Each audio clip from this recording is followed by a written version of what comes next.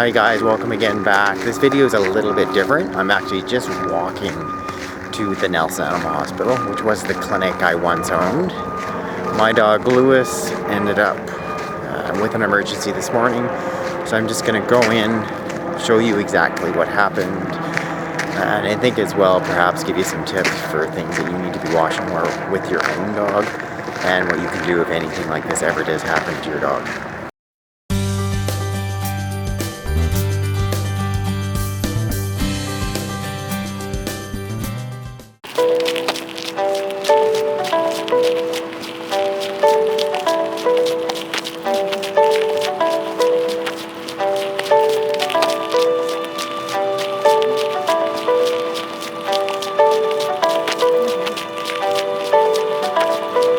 So in last edition's video, I actually showed you the signs of shock, and this is what happened with Lewis. He suddenly collapsed with shock.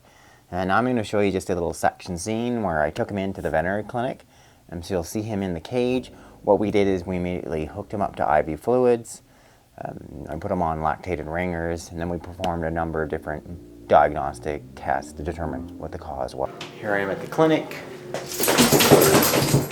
Me kennels. I'll let you zoom in. There's Lewis.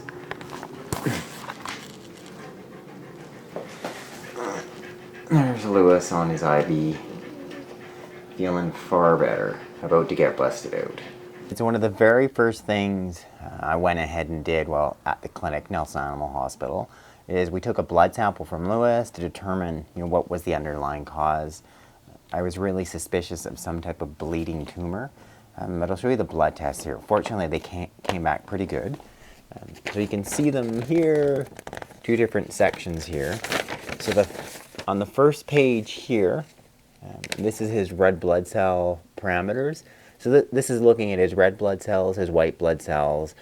In particular, I was really interested in his red cell count, the very top one. This is RBC, and the one below it is the hematocrit.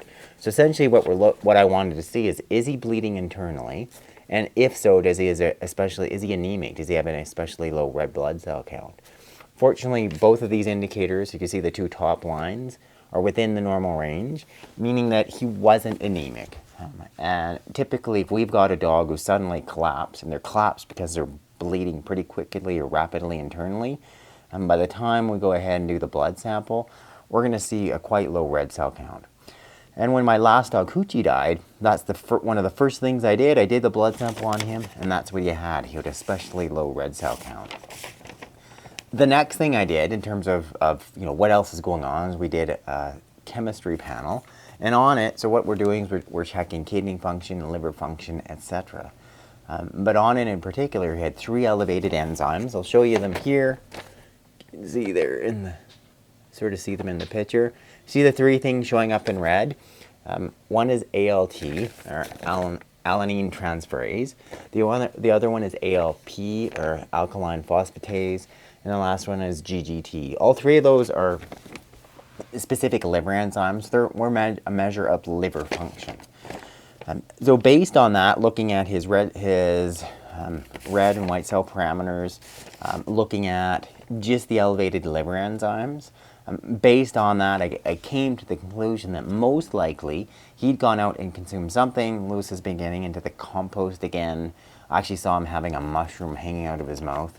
And I wouldn't be surprised if he'd actually eaten a toxic mushroom, causing these dramatic clinical signs. The other thing I want you to look at is when we also went ahead and did x-rays. These are Lewis's x-rays. This is his chest x-ray. They now want a new digital x-ray, so you can see so much more detail. If you look at there, you can see the outline of his heart, pretty normal. It's 2.5 rib spaces. You can see the normal lungs in front of the heart and just caudal just behind the heart. So that's all looking pretty normal. There's a slight elevation. If you look at his, I'm just moving it, it's now digital. So you look at his trachea goes on top. So it made me wonder, is there something just there at the top of his heart that's you see where my finger is pointing? That's pushing his trachea. This one's here of his stomach or his abdomen. Once again, super detailed. It's so nice to see all the detail on that x-ray. But if you look here, so you see there's his diaphragm, there's the distal or the end of his lungs. Most of this here is his liver, sitting here. Then this to me looks like the outline here of the spleen. Pretty normal. I was worried about some type of splenic mass, be bleeding in there. You can see right and left kidney, they're pretty clear. You see all the colon filled with gas in here. It's pretty normal, but you see really good detail with the organs along with the intestines, meaning there isn't any fluid to speak of, and that was my concern, that he was bleeding internally. I wanted to show one more thing on the x-ray, which is a sort of incidental finding. He does have spondylosis, so if you look here, there's fusion between that L7, L6, L7, some more fusion here between L1 to L3, L4. So you see that bony bridge, that's just bone fusing together with bone, meaning it's restricting mobility, and he's going to have some degree of arthritis between that area of his spine. Based on the x-rays, the blood work, Lewis's pretty quick response to IV fluids made it most likely he had eaten some type of toxin affecting his liver and showing up as signs of shock. So in terms of treating that, the big principles with any type of liver damage is the liver does a great job of regenerating itself. The most important thing is, one, is your dog is supported or your cat is supported while that's happening. So one, we need to make sure that they stay adequately hydrated, they're drinking lots of water. Two, it's critical that they maintain nutrition. They've got to keep eating, and preferably you want to be feeding your dog or your cat a moderate protein, moderate to higher fat diet, because they need all those nutrients to help that liver regenerate itself. And if they stop eating for any period of time, it can have such a negative effect on the liver healing.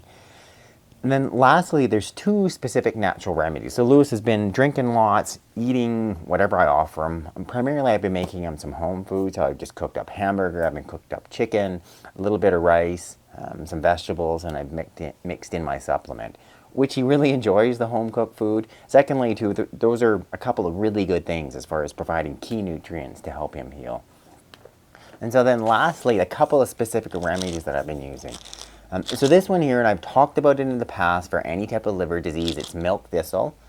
Milk thistle, of all the different herbs you may have heard of, I mean, this is a super important herb. I mean, I used it for years in veterinary practice. It can be used on dogs, used on cats. Anytime we're trying to treat any type of liver disease, you should be using milk thistle.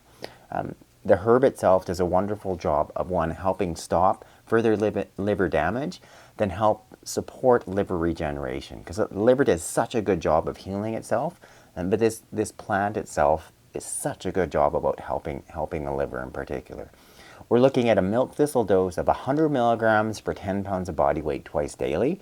So based on Lewis being sort of 85 to 90 pounds, and this is each milk thistle tablet here contains 250 milligrams of milk thistle. So I've been giving him 4 tablets twice daily. Just mix it in with his food. He's so happy to get the home cooked food. He's scarfing it down. Then the second thing that I've been using, and I've talked about it recently, is dandelion. But in particular, we're looking at dandelion root. For me to dose him as the tea, it's quite a lot of fluid, and it's a little bit bitter. He's not crazy about the tea. So what I've got here is dandelion tincture. It's primarily dandelion root as a tincture itself. And in terms of a dose of it, so dandelion root is another key one, really beneficial for helping the liver. Anytime there's a damaged liver, helping restore liver function. And there's some studies backing that's effectiveness, as there are studies for milk thistle. So these are 2 specific herbs. They've got studies behind them, and they really are very effective.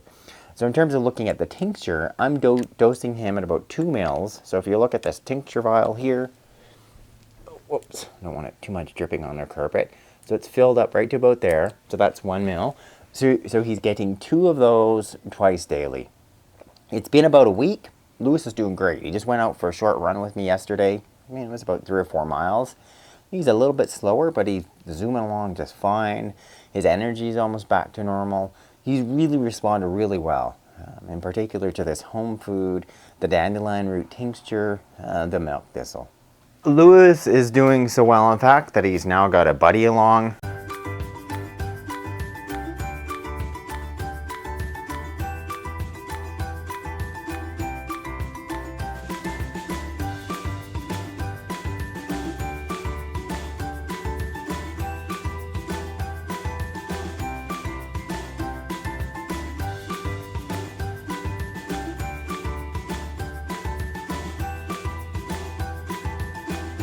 Pearl is a year older than Lewis, but she was sort of his first buddy when Lewis was a little puppy.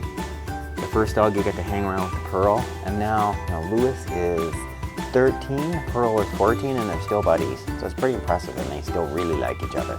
Anyway, he's feeling better to the point that we walked down to the office today, and along with his buddy Pearl. We're gonna hang out for a bit while I do this video. Gonna be doing a webinar shortly, and then we'll slowly meander our way home. Thank you guys for watching this edition of Veterinary Secrets. What I want you to do now is first click that link in the box above that can subscribe to my channel. Then you can go ahead, click that link in the box below. I can send you my free books and videos on how to heal your pets at home with my top natural remedies.